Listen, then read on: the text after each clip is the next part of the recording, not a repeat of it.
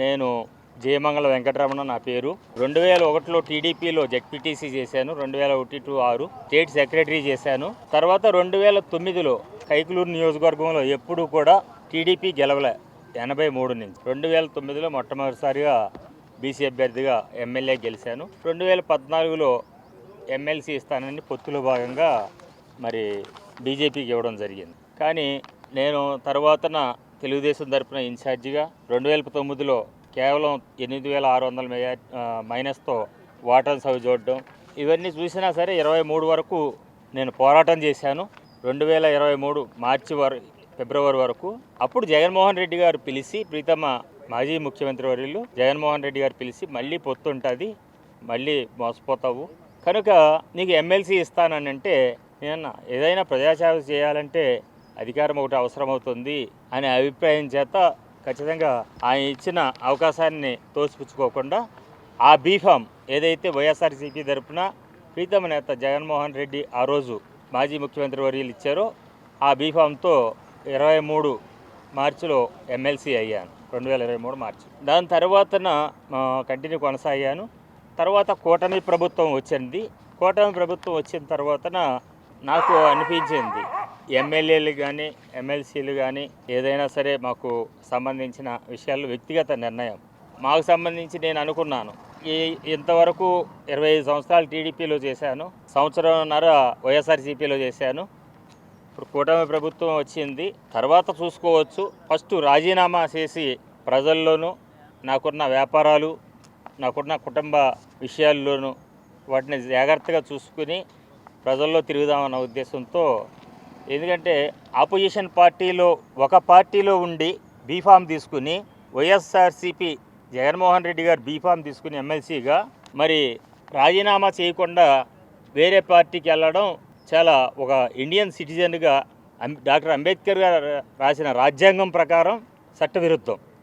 అందుకనే నేను వెంటనే రాజీనామా సమర్పించి 1 నెల 2 నెలలు అయిన తర్వాత అప్పుడు జనసేన పార్టీలో జాయిన్ అవడం, కూటమి పార్టీలోకి అనుకూలంగా తిరగడం జరుగుతుంది. కానీ నేను ఒకటే చెబుతున్నాను, ఏదైనా ప్రజలకి జనసేన నాకు ఏమి ఇస్తుంది అని ఎవరైతే ఆయన అడిగారు, గౌరవ మనకి ఎవరైతే చైర్మన్ గారు మోషన్ రాజు గారు అడిగారు, చైర్మన్ గారు అడిగినప్పుడు నేను ఒకటే చెప్పాను, ప్రలోభ పెట్టారా ఎవరన్నా, లేకపోతే వ్యక్తిగతంగా నీకేమన్నా అవతల మా పార్టీలోకి రండి అని చెప్పారా అని. ఏమండి, నేను ఏ పార్టీని ఉద్దేశించి రాలేదు, నైతికంగా ఆ పార్టీని వీడి రాజీనామా చేసి ఈ పార్టీలోకి వచ్చాను. అంటే ఇక్కడ మంత్రి ఇస్తారని చెప్పారా మీకు అని అడిగారు, లేకపోతే ఎమ్మెల్సీ ఇస్తానని చెప్పారా అని అడిగారు. నాకు ఎమ్మెల్సీ ఇస్తారో మంత్రి ఇస్తారో తర్వాత నిర్ణయం సార్. నా రాజీనామా ఇప్పటి వరకు మీరు యాక్సెప్ట్ చేయలేదు కాబట్టి 23/11/24లో ఇచ్చాను మీకు రాజీనామా. ఇప్పుడు వరకు యాక్సెప్ట్ చేయలేదు కాబట్టి నేను హైకోర్టుకి వెళ్ళాను. హైకోర్టు 4 వారాల్లో డిసిషన్ తీసుకోమన్నది. మీరు పిలిపించారు కాబట్టి నేను వచ్చాను. నాకు ఎటువంటి ప్రలోభాలు లేవు, ఏవీ లేవు, ఎటువంటి ఆశలు లేవు. జనసేన పార్టీలోకి వెళ్ళిన తర్వాత కూటమి ప్రభుత్వం నిర్ణయం తీసుకుని నాకు ఏ బాధ్యతలు అప్పచెబితే ఆ బాధ్యతలు ప్రజాసేవ కోసం చేస్తాను తప్పితే వేరే వ్యక్తిగతంగా లేదని చెప్పి చాలా స్పష్టంగా చెప్పాను. దానికి నిర్ణయం తీసుకుంటానని చెప్పారు. హైకోర్టు డెసిషన్ కూడా 4 వారాల్లో మీరు నిర్ణయం తీసుకుని ఏ విషయం చెప్పకపోతే కనుక నేను మళ్ళీ మిమ్మల్ని కలుస్తాను సార్, మళ్ళీ మధ్యలో తర్వాత నిర్ణయం తర్వాత తీసుకుంటాను నేను. అందుకనే తొందరలో నాకు నిర్ణయం తీసుకుని చెప్పాల్సిందిగా తమను అభ్యర్థిస్తున్నాను. రాజీనామాని యాక్సెప్ట్ చేయవలసిందిగా మిమ్మల్ని కోరుతున్నాను హైకోర్టు డెసిషన్ ప్రకారం అని చెప్పాను. ఇంకేంటి ఎమ్మెల్సీగా రాజీనామా చేశారు, మళ్ళీ జనసేన తరఫు నుంచి ఎమ్మెల్సీగా ఎన్నికై వస్తారా? అది ఈ పార్టీ విధానము విధి విధానాలను బట్టి ఉంటుంది. నేను ఒక కార్యకర్త కింద కూడా సేవ చేశాను. 2006లో నాకు జెడ్పీటీసీ అయిపోయింది. ఎమ్మెల్యే అయ్యే వరకు కూడా ప్రజల్లో ఉన్నాను. అందుకనే ప్రజలు అప్పుడు పార్టీ ఈయనకి ఇది అవసరం, ఇన్ఛార్జ్ ఇవ్వాలా లేకపోతే ఎమ్మెల్సీ ఇవ్వాలా అనేది పార్టీ నిర్ణయిస్తుంది. తర్వాత ఈ రాజీనామా యాక్సెప్ట్ చేసిన తర్వాత కానీ నేను ఏది తీసుకోవాలి. మళ్ళీ ఎమ్మెల్సీ కోసమే రాజీనామా చేశారు అనేది బేసిక్గా ఆయన అడిగారు, మేము అడుగుతాం. నాకు ఒకవేళ ఎమ్మెల్సీ ఇస్తానంటే కనుక నేను అనేది అధికార పార్టీలో ఎమ్మెల్సీ ఇస్తారా లేకపోతే ఇంకోటి ఇస్తారా అనేది తర్వాత విషయం. నేను మాత్రం ఇప్పుడు ఒక పార్టీలో, అంటే ఎగ్జాంపుల్ చెప్పాలంటే ఒక పెళ్లి చేసుకుని ఇంకొకళ్ళతో ఇలీగల్ దాన్ని చేయడం ఎంత నేరమో, ఒక పార్టీ బీఫామ్ ఇచ్చి అందులో ఎమ్మెల్సీ అయిన తర్వాత ఈ పార్టీ టవల్ కప్పుకొని పవన్ కళ్యాణ్ చేత ఇందులో కూటమిలో నడవడం నాకు ఇండియన్ సిటిజన్గా ఒక ఎక్స్ సర్వీస్ ఆఫీసర్ మా ఫాదర్ ఆయన సిద్ధాంత ప్రకారం రూల్ ప్రకారం నేను రాజీనామా చేసి నేను యువతల పార్టీ ఏ పార్టీలో అధికారంలో ఉంటే ఆ పార్టీలోకి వెళ్ళడం ఉంటే కనుక మీరు కంఫర్ట్గా భావిస్తున్నారా? నేను అలా అనుకోవటం లేదు. ప్రజలకి నేను ఆ ప్రతిపక్షంలో కూడా 19లో వైఎస్ఆర్సీపీ వచ్చింది, టీడీపీలో 23 వరకు కూడా ఖచ్చితంగా పోరాడాను ఒక ఇన్ఛార్జిగా. అంతేగాని కంఫర్ట్గా ఉండాలంటే ఆ రోజే జగన్మోహన్ రెడ్డి గారి దగ్గరికి వెళ్ళి ఆయన కౌరు పెడితే వెళ్ళాను కానీ అంతటా నేను అయ్యా నేను మీ పార్టీలో జాయిన్ అవుతానని అనలా. ఏవండి నేను ఆల్రెడీ ఇప్పుడు జనసేన టవల్ కప్పుకున్నాను, జనసేన వాళ్ళు నాకు కౌరు పెట్టారు, నేను వెళ్ళి టవల్ కప్పుకున్నాను. నేను ఓన్లీ పార్టీ కార్యకర్తగా సేవలు చేస్తాను. టీడీపీ, వైసీపీ, జనసేన 3 పార్టీలు ముచ్చటగా ఉన్నారు. దేంట్లో కంఫర్ట్గా ఉన్నారు? ఏంటండి? మంచి క్వశ్చన్. కంఫర్ట్గా అంటే రాజకీయ నాయకుడు ప్రజాసేవ చేసేటప్పుడు కొన్ని పనులు అవుతూ ఉంటాయి, అడుగుతాము. 25 సంవత్సరాలు నేను 99 నుంచి తెలుగుదేశం పార్టీలో ఉన్నా, 2023 వరకు ఫిబ్రవరి వరకు. తర్వాతన అక్కడ ఎమ్మెల్యే అయ్యాను, స్టేట్ సెక్రటరీ అయ్యాను. తర్వాతన వైఎస్ఆర్సీపీ పిలిచి ఎమ్మెల్సీ ఇచ్చింది. కొన్ని విషయాలు మనం అనుకున్నవి చేసి పెడతారు. ఇది ప్రజా సమస్యలు, వంతెనంటే వంతెన, రోడ్డు అంటే రోడ్డు. కొన్ని విషయాల్లో ఉండదు. అన్నిటిలోనూ విభేదించలేము కదా, వాళ్ళు సాధ్యపడిని చేస్తూ ఉంటారు. జగన్తో విభేదించలేదు. నేను జగన్తో విభేదించడం అనేది ఏనాడు జరగలేదు. జగన్కి నేనేం చెప్తాను, నాకు పిలిచి బీఫామ్ ఇచ్చి ఎమ్మెల్సీ ఇచ్చారు. అది కాదండి, ఇప్పుడు పార్టీ మారడానికి మీరు జగన్తో విభేదాలా? ఏ కారణం? నాకు జగన్తో విభేదాలు కాదండి. కారణం ఏంటంటే నాకు సంబంధించి వ్యక్తిగతమైన ఒక చేపల చెరువులు ఉన్నాయి, ఇవి ఉన్నాయి. నాకు బీజేపీ పొత్తుతో అక్కడ ఎమ్మెల్యే ఉన్నారు. జనరల్గా ఎమ్మెల్యే ఎమ్మెల్సీ ఉన్న చోట ఒక కత్తులు 2 ఏవైతే ఒక వరలో 2 కత్తులు ఇమ్మడం ఎలాగో అలాగే నేను కాంట్రవర్సీకి వెళ్ళాలంటే ఎప్పుడు గొడవలు ఉంటాయి. నేను కాంట్రవర్సీకి వెళ్ళే మనిషిని కాదు కాబట్టి నేను నెమ్మదిగా ఆయన ఉన్నారు, బీజేపీ దరిపున ఆయన చూసుకుంటారు. అటు కొల్లేరు పరిస్థితి కానీ, శివారు భూముల వ్యవసాయం కానీ వీటి విషయాల్లో ఇబ్బంది లేకుండా చూస్తారన్న ఉద్దేశంతో నేను జనసేన పార్టీకి కూటమిలోకి వచ్చాను. అంటే లేకపోతే సహకరించరా? మీరు కనుక ఎమ్మెల్సీ కనుక వైసీపీలోనే ఉంటే వాళ్ళు ఏమన్నా ఇబ్బంది పెట్టడం కానీ సహకరించరు కానీ మీరేమన్నా అనుకుని అట్లా చేరారా? నేను ఎవరికి భయపడే పలం అయితే 23 వరకు. మీరు భయపడి కాదు, అట్లా సహకరించరనే ఉద్దేశంతో చేరారా? మీరు అన్నది ఇప్పుడు అదే కదా. ఎలాగండి?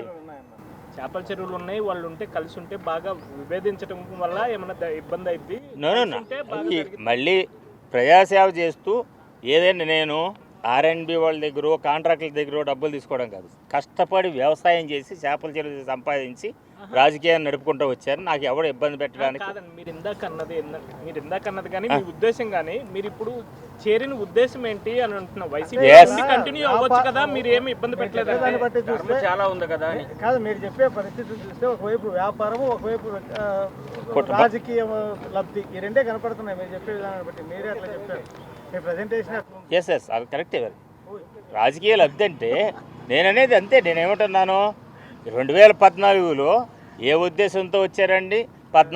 23 మంది ఎమ్మెల్యేలు వైఎస్ఆర్సీపీ నుంచి 2014లో వచ్చి అక్కడ బీఫామ్తో ఎమ్మెల్యే అయ్యి ఇక్కడికి వచ్చి మంత్రులు చేశారు, ఎమ్మెల్యే చేశారు. హైదరాబాద్లో బీఆర్ఎస్ నుంచి 10 మంది వెళ్ళి ఆ రాజీనామా చేయకుండా అక్కడికి వెళ్ళి మంత్రులు చేస్తున్నారు, ఎమ్మెల్యేలు చేస్తున్నారు. ఎస్ నేనేమంటున్నానంటే ప్రజాసేవ చేయడానికి ఎక్కడ అనుకూలం ఉంటే అక్కడ ప్రజలు ఉండాలి కానీ మా స్వార్థం కాదు. ప్రజాసేవ చేయడానికి ఎక్కడ అనుకూలం ఉంటే అక్కడ నేను ఉంటాను, అది నా ఉద్దేశం. మిగిలిన వాళ్ళు ఏమన్నారు సార్? మిగిలిన ఎమ్మెల్సీలు చైర్మన్ గారు అలా వ్యక్తిగత వాళ్ళు ఏం సమాధానం చెప్పారో తెలియదు. నేనైతే కనుక అంబేద్కర్ రాజ్యాంగం ప్రకారం ఫలానా బీఫామ్తో వైఎస్ఆర్ బీఫామ్తో నేను నెగ్గాను కాబట్టి ఇంకో పార్టీ మారి జెండా కప్పుకోవడం అనర్హుడిని. మీరు అనర్హత వేటు వేసే ముందే నేను నా రాజీనామా సమర్పించి పక్క పార్టీలో జాయిన్ అయ్యాను కనుక నేను అనర్హుడిని కాదు. నా పార్టీ రాజీనామా యాక్సెప్ట్ చేయమని, అది చట్ట ప్రకారము, రాజ్యాంగం ప్రకారము, అంబేద్కర్ గారు రాసిన రాజ్యాంగం ప్రకారము అది కరెక్ట్ కాబట్టి నా రాజీనామాను యాక్సెప్ట్ చేయమని. చేయలేదు కాబట్టి ఇంత లేట్ అయ్యింది కాబట్టి నేను దగ్గర సంవత్సరం దాటిపోయేటట్టుంది.